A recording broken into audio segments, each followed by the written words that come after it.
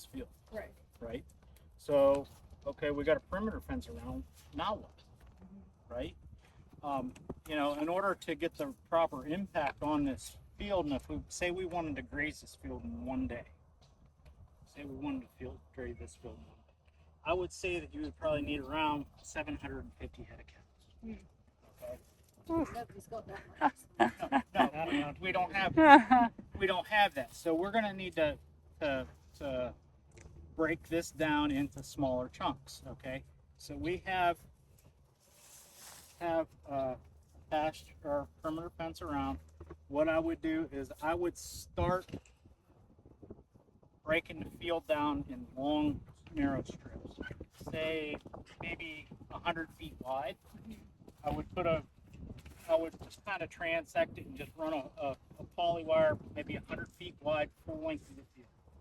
Then I would come back in and I would start to divide that down smaller until I got to the other end, switch over, work my way back, and just work myself through the field. Now, if I come to a section, if you look at this field right here in this area, this field has some issues. Okay, so that area there, being that we got things all broke down, I would skip that area when I'm grazing. Okay, I would just skip it. Boom. No animals on this rotation. I would keep going, and then if I come into another area like that needed a little bit of rest, just skip it, and then next time you come through, then graze.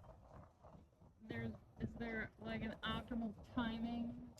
Or like more time of year, like growth that you're looking for? This field here, the reason it is left go to where it is because of trying to save the birds. This here's the conservation people have been doing this for a lot of years. As long as I can remember, they've been having fields at home. They've been saving fields back for. They've been paying farmers for at least 40 years on saving. They'll say, well, I'll give you $10 an acre if you wait to cut the hay until July. Okay, and that's kind of sort of what basically is going on here. I don't know if it's paid or whatever. I don't know. Well, at one time when they donated the easement, but just this morning when you and Martha went for the field walk, how many bobolink did you uncover? We counted 14 bobolinks right here. Yeah. Males. That's not the girls. Just 14 male bobolinks.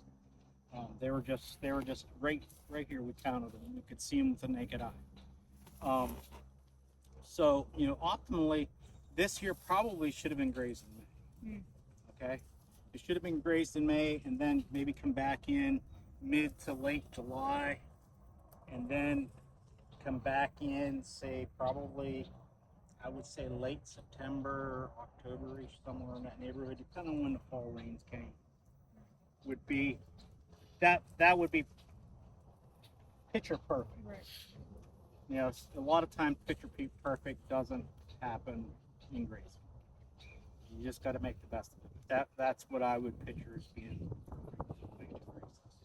And we were actually told that despite the conservation easement and the habitat, that it was actually declining in diversity, that they were very excited to hear that we were seeding it for more diversity, that it was actually found at 50%. Yes. If you go out here where they're really open patches, they're not going to make the hay on this section that has the flea bane in it. They're going to make the hay out there where the grasses are. And if you look at that, diversity out there is lousy. There's only 2, 3, 4 different plants. Yeah. Look at the diversity here. I mean, just looking, I can count 7 different species at least. So it's time for another hula hoop.